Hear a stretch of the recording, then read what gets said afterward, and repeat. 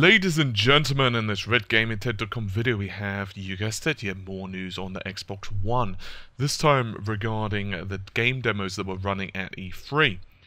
There have been reports and indeed photographic evidence that the games running at E3 were actually running on, get this, Windows 7 PCs with, even more funny, Nvidia GTX graphics cards rather than AMD.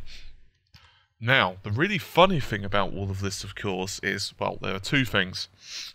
Firstly, they're using a Nvidia graphics card. The second is that there have been numerous interviews. For example, Peter Moore told Jeff Keighley during a conference interview at E3 that the games that were actually showing and running on the dev kits were pretty much exactly the same specifications as home consoles.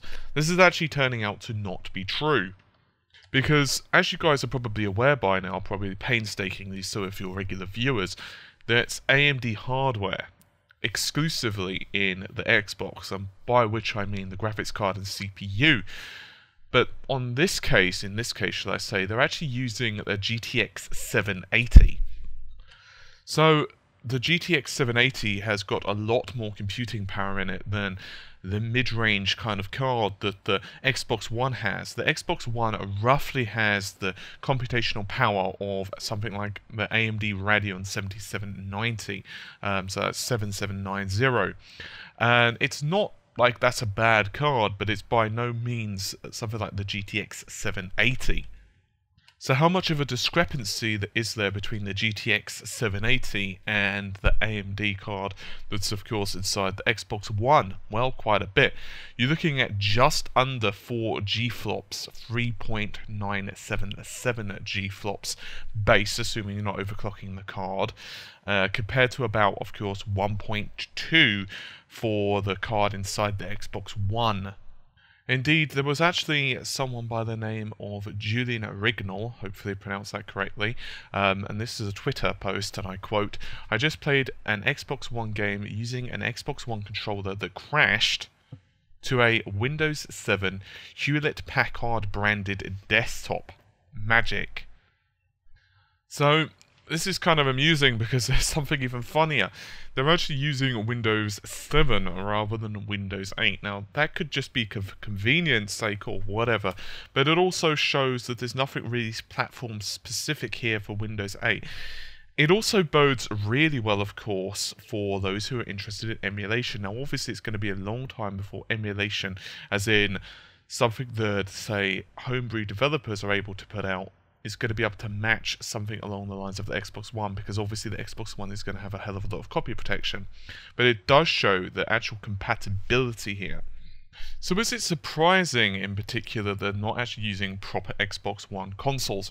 No, much like I was saying just the other day in the PlayStation 4 Assassin's Creed 4 crashing video. Remember, I don't know, you guys are probably familiar with it, where Assassin's Creed 4 crashed on stage when they were demoing it on the PS4, and I did do an analysis of that, so you can check it out if you want more info. But to summarize, it's not really a surprise that they're not using proper consoles. I don't really think they were either for that, and obviously a lot of this stuff is still in beta, as in, it's not like the console is coming out tomorrow, it's not even coming out next month, so obviously a lot of the stuff we're seeing is not finalized. However, it is a little bit amusing that not only were the PCs using Windows 7 rather than Windows 8, of course, which is starting to get people across the internet, well, let's just go with making fun of Microsoft further, because they're saying, what, don't you guys trust your own operating system, your own Windows 8? And of course it may not have been exactly 100% their choice with the operating systems available. Maybe it was just the most compatible with the dev kit software or whatever else, who the heck knows. Obviously don't have access to the dev kits, so it's very difficult to tell.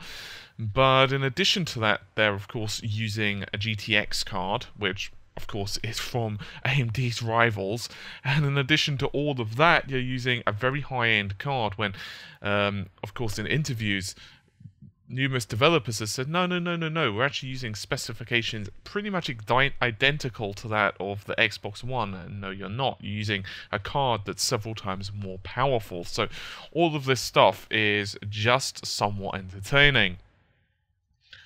Microsoft really seem to be having a bit of a tough time right now. There is, of course, the rumors that they're having issues with ESRAM in terms of the yields, in other words, how much of it they can actually make. And then, of course, there are the rumors that just simply won't go away about the issues they're having with the GPU clock speed.